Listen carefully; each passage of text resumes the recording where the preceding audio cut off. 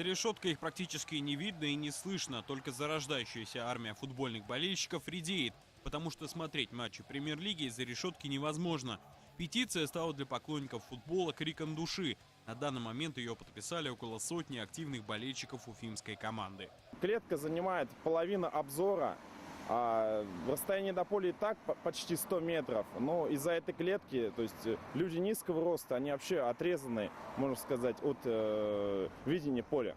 Претензии фанатов связаны непосредственно с конструкцией ограждения, иначе как клетка болельщики ее не называют.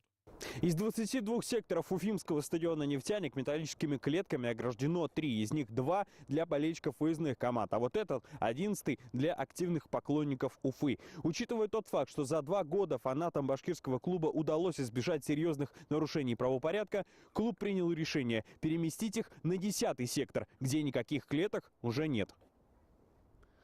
Я начинал свой путь как болельщик хоккейного клуба «Салават Юлаев». 9 из 10 болельщиков футбольного клуба «Уфа» являются активными фанатами Салавата Юлаева. И на хоккее таких решеток и мер безопасности нету.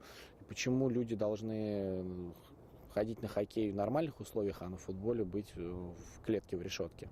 Согласно регламенту чемпионата России, стадион должен иметь трибуны для зрителей с выделенными секторами для активной поддержки. При этом для болельщиков команды гостей он должен иметь отдельный вход, а также ограждение по всему периметру. Но конкретного стандарта, как оно должно выглядеть, не существует. Везде они решаются по-разному. Вот, допустим, на Казань-арене сначала было заграждение из решеток. Сейчас там поставили, допустим, оргстекло. Такое решение есть.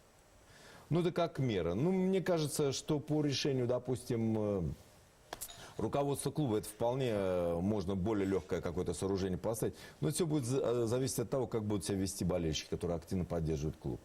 Быть или не быть решеткам остается вопросом дискуссионным. Опыт других городов, где есть команды премьер-лиги, показывает, что есть и иные варианты. Например, на стадионах клубов-лидеров по различным нарушениям «Спартака» и «ЦСКА» фанаты отделены только сеткой. Как бы то ни было, много будет зависеть от поведения болельщиков Уфы на домашнем стадионе. Артем Кочешев, Владислав Минязев, Башкирское спутниковое телевидение.